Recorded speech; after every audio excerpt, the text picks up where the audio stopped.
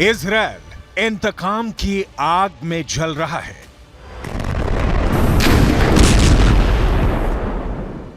जो दर्द हमास ने 7 अक्टूबर को इजरायल को दिया, अब वही दर्द कई 100 गुना करके इजरायल हमास को दे रहा है।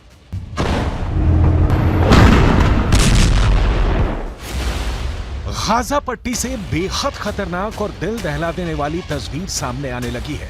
अब तक तो आपने सिर्फ यही देखा होगा कि गाजा पट्टी के अंदर इमारतें टूट रही हैं, लोग अपनी जान बचाने के लिए भाग रहे हैं, लेकिन पहली बार गाजा पट्टी से आत्मसमर्पण की तस्वीरें सामने आ रही हैं। आत्मसमर्पण की तस्वीर बहुत हृदय विदारक और बेचैन करने वाली है।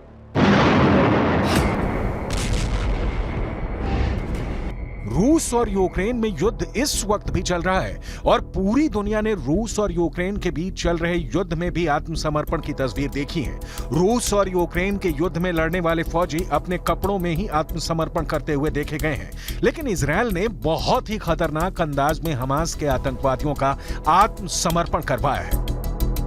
दरअसल फिलिस्तीन के तमाम न्यूज वेबसाइट और अखबार इस तरह की खबरें छाप रहे हैं कि हमास के आतंकवादियों को निर्वस्त्र करके यानी बिना कपड़ों के आत्मसमर्पण करवाया जा रहा है। एक वीडियो भी पूरी दुनिया में वायरल हो रहा है। वीडियो में दिख रहा है कि हमास के आतंकवादी सैकड़ों की संख्या में बिना कपड़ों के खड़े हैं और एक शख्स जिसके शरीर पर कपड़े नहीं हैं, वो अपने हथियारों को हथियारों के ढेर पर फेंक रहा है, यानी आत्मसमर्पण कर रहा है।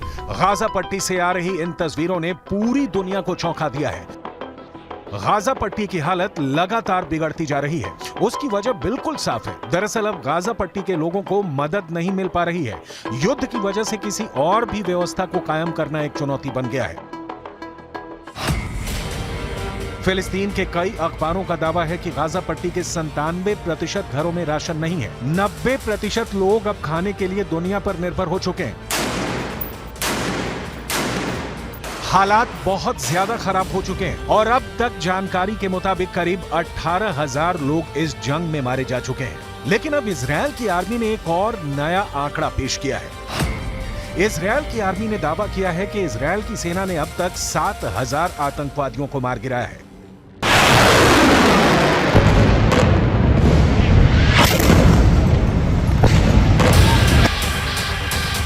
7 अक्टूबर को जब इजरायल के अंदर आतंकवादी हमला हुआ था, उस वक्त भी करीब 3,000 हमास के आतंकवादी इजरायल में घुस गए थे। इनमें से बड़ी संख्या में आतंकवादी भागने में सफल रहे, लेकिन करीब 1,000 आतंकवादी 7 अक्टूबर के बाद इजरायल के अंदर इजरायल की सेना के पलटवार में भी मारे गए थे।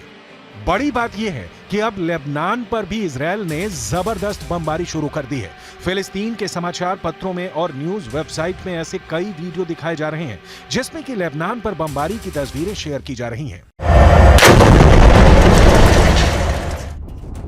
तस्वीर देखकर साफ लग रहा है कि दक्षिण लेबनान में इजरायल के द्वारा कारपेट बॉम्बिंग की जा रही है। दरअसल पिछले हफ्ते हिजबुल्लाह की गोलीबारी में इजरायल का एक नागरिक मारा गया था। उस एक मौत पर भी इजरायल के प्रधानमंत्री बेंजामिन नेतन्याहू ने बेहद सख्त रुख अपनाते हुए एक बयान जारी किया था।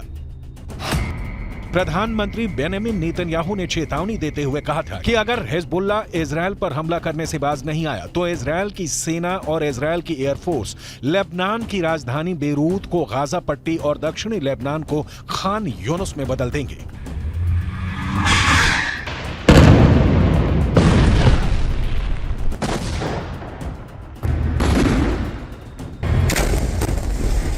इस धमकी के बाद अब दक्षिणी लेबनान में भी कारपेट बॉम्बिंग शुरू हो चुकी है, जो इस बात का संकेत है कि युद्ध लगातार भड़कता जा रहा है। युद्ध के हालातों में अस्पताल चलाने का अनुभव रखने वाले एक ब्रिटिश मूल के डॉक्टर ने यह कहा है कि गाजा पट्टी में हालात इराक युद्ध से भी ज्यादा बदतर नजर आ रहे हैं। उन्होंने इसकी तुलना एक सुनामी से की है। Even the wars in Iraq and Syria and Yemen that I've been involved in, this is the difference between this one and those ones is the difference between a flood and a tsunami. The size, the intensity, the ferocity, the fact that the destruction of the health sector was central to the war effort. Every aspect of this war was just magnified. दूसरी तरफ अब Israel और Hamas की जंग तीसरे महीने में प्रवेश कर चुकी है और इस तीसरे महीने में भी इजरायल फिलिस्तीन के लोगों को राहत देने के लिए जरा भी तैयार नहीं है। पहले इजरायल ने उत्तर गाजा के पूरे इलाके पर जबरदस्त बमबारी की है और अब इजरायल दक्षिणी गाजा में भी रफा क्रॉसिंग और खान यूनुस पर भयंकर बमबारी कर रहा है।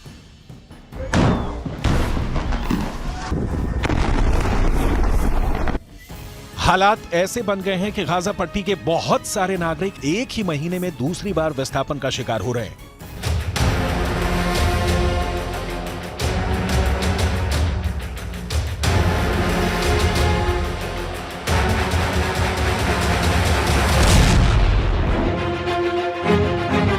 लेकिन इससे भी ज्यादा खतरनाक कहानियां गाजा पट्टी के वो लोग सुन रहे हैं जो इजरायल की आर्मी की हिरासत में रहे।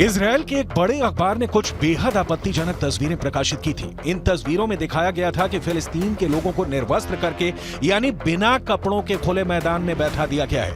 यहां तक कि कुछ ऐसी तस्वीरें भी सामने आई जिसमें कि सड़कों पर गाजा पट्टी के लोगों को निर्वस्त्र करके बिठाया गया था।